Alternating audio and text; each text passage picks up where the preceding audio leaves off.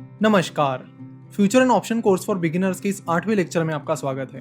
पिछले 2 लेक्चर में हमने फ्यूचर्स के एप्लीकेशंस की बात की, जिसमें हमने शॉर्ट सेलिंग की बात की और हेजिंग की बात की। इस लेक्चर में आज हम हेजिंग को और प्रैक्टिकली समझेंगे। जनरली फ्यूचर्स का यूज हेजिंग के लिए किया जाता है। हाँ, बहुत सारे लोग उसका गैम्बलिंग के लिए भी इस्तेमाल करते हैं, यानी लोग स्पेकुलेट करते हैं। वो किसी भी स्टॉक पर स्पेकुलेट करते हैं कि इस शेयर की प्राइस अगले महीने या अगले 10-15 दिन में इस लेवल तक जा सकती है, और वो उस स्टॉक पर फ्यूचर की मदद से स्पेकुलेट करते हैं। पर अगर फ्यूचर्स और ऑप्शंस की प्रॉपर यूज की बात की जाए तो प्रॉपरली वो हेजिंग के लिए यूज किया जाता है। और आज हम हेजिंग के एक बहुत ही प्रैक्टिकल एप्लीकेशन के बारे में बात करेंगे, जिसे जान के आप शायद हैरान भी हो जाए। देखो, फ्यूचर्स का इस्तेमाल हेजिंग के लिए फार्मर्स भी कर सकते हैं, यानी जो किसान हैं वो भी फ्यूचर्स की मदद से हेजिंग कर सकते हैं और अपनी जो रिस्क है उसे लिमिट कर सकते हैं। तो वो ये कैसे कर सकते हैं? तो वो ये कर सकते हैं कमोडिटी मार्केट के जरिए। इंडिया में 2 कमोडिटी स्टॉक एक्सचेंजेस हैं। एक है MCX, that is multi commodity exchange, और दूसरा है NCDEX, that is national commodity and derivative exchange. ये दोनों भी कमोडिटी एक्सचेंजेस 2003 में शुरू हुए हैं, जिनके जरिए फार्मर्स अलग अलग जो कमोडिटीज हैं उन्हें ट्रेड कर सकते हैं। सिर्फ फार्मर्स ही नहीं, लेकिन बाकी कमोडिटीज जैसे कि मेटल कमोडिटी, गोल्ड, सिल्वर, इनके भी डेरिवेटिव्स इन कमोडिटी एक्सचेंजेस पर अवेलेबल होते हैं। तो कमोडिटी एक्सचेंजेस पर किसान यानी फार्मर्स कैसे अपना रिस्क हेज कर सकते हैं, इसे समझते हैं। मान लेते हैं कि आप एक कॉटन फार्मर हैं। आपने बस इस साल में कॉटन की फार्मिंग शुरू की है और आपको पता नहीं है कि जब तक आपका कॉटन निकल के आएगा तब कॉटन की प्राइस क्या होगी। पर आपको ये पता है कि पिछले साल आपको कॉटन 19,500 की प्राइस पर बेचा गया था। तो अपना रिस्क हेज करने के लिए आप कॉटन के फ्यूचर्स खरीदने में इंटरेस्टेड हो। आपको लगता है कि पता नहीं इस साल कॉटन के रेट्स क्या रहेंगे।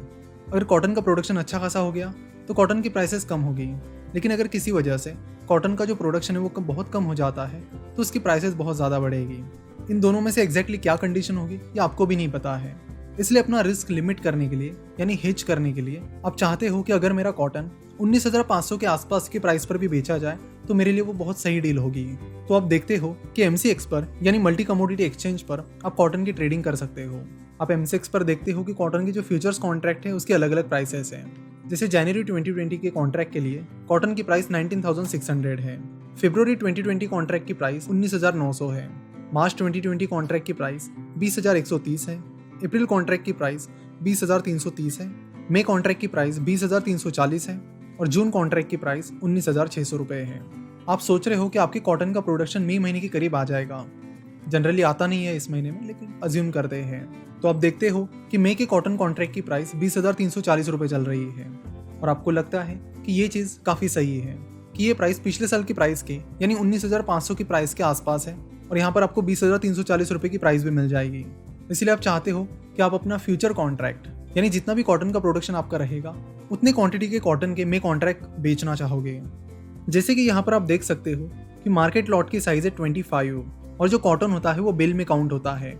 हर कंट्री में बेल की अलग अलग साइज होती है।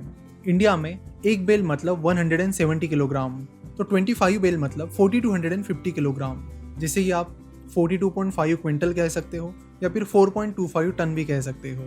तो एक कॉन्ट्रैक्ट में 40 to 150 kg के कॉटन की ट्रेडिंग होगी। मान लेते कि आपके कॉटन का प्रोडक्शन आपको लगता है कि 8,000 किलोग्राम के करीब होगा, इसलिए आप प्रीफर करते हो कि कॉटन के 2 फ्यूचर कॉन्ट्रैक्ट सेल किए जाए।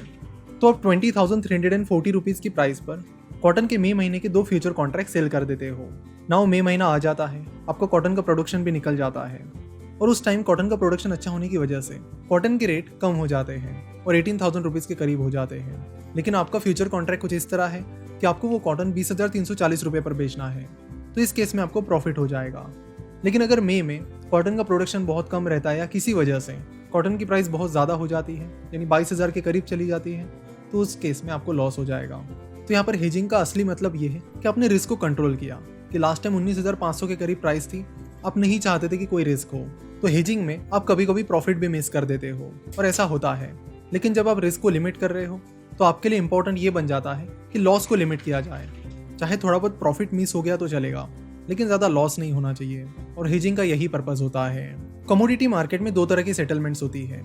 एक होती है कैश सेटलमेंट, दूसरी होती है फिजिकल सेटलमेंट। कैश सेटलमेंट मतलब जैसे कि हमने देखा कि लेट से कि कॉटन की प्राइस 18,000 रुपये हो जाती है, तो उस केस में एक कॉन्ट्रैक्ट पर आपको 2,340 रुपये का प्रॉफिट हो जाएगा, क्योंकि आपने कॉन्ट्रैक्ट 20,340 रुपये की प्राइस पर किया था। तो ये जो प्रॉफिट है ये आपके अकाउंट में आ जाएगा।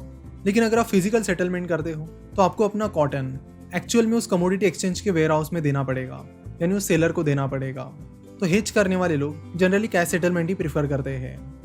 हम देखते हैं कि कई बार इंडिया में कई सारे फार्मर्स अचानक से कमोडिटी प्राइस ऊपर नीचे होने की वजह से सुसाइड कर लेते हैं। तो कमोडिटी फ्यूचर्स का इस तरह से उपयोग करके वो अपने रिस्क को लिमिट कर सकते हैं, यानी जो अननोन रिस्क है जिससे उस कमोडिटी की प्राइस अचानक से बहुत नीचे जा सकती है, उसे वो हेज कर सकते हैं, यानी लिमिट कर सकते हैं। फिलहाल कमोडिटी एक्सचेंज पर सारी कमोडिटीज अवेलेबल नहीं है, बस कुछ ही कमोडिटीज अवेलेबल हैं। हम एक्सपेक्ट करते हैं कि आने वाले टाइम में बाकी कमोडिटीज भी यहाँ पर आ जाएगी, ताकि ज़्यादा से ज़्यादा फार्मर्स अपनी रिस्क को यहाँ पर लिमिट कर सके। तो आशा करता हूँ कि आपको फ्यूचर कॉन्ट्रैक्ट के जो भी एप्लीकेशंस हैं, यानी प्रैक्टिकल एप्लीकेशंस हैं, वो डिटेल में समझ में आए होंगे। तो आप भी इन चीज़ों को डिटेल में एक्सप्लोर कीजिए और साथ ही अपने आसपास के लोगों को भी इनके बारे में बताइए, ताकि वो भी अपने रिस्क को हेज कर सके, चाहे फिर वो फार्मर हो या फिर और कोई हो। तो नेक्स्ट लेक्चर से हम ऑप्शंस के बारे में बात करेंगे। डेरिवेटिव मार्केट में दो मेन प्रोडक्ट्स हैं, फ्यूचर्स और ऑप्शंस। फ्यूचर्स को हमने समझ लिया, अब हम ऑप्शंस को समझेंगे कि ऑप्शन क्या होते हैं, वो कैसे काम करते हैं, और ऑप्शन के प्रैक्टिकल एप्लीकेशंस क्या होते हैं, कैसे आप ऑप्शन की मदद से अपनी रिस्क कम कर सकते हो। तो इन सारी चीज़ों के बारे में हम नेक्स्ट लेक्चर में बात करेंगे। आशा करता हूँ कि आपको आज का ये लेक्चर बहुत पसंद आया होगा। वीडियो देखने के लिए और हमसे जुड़े रहने के लिए आपका बहुत बहुत धन्यवाद।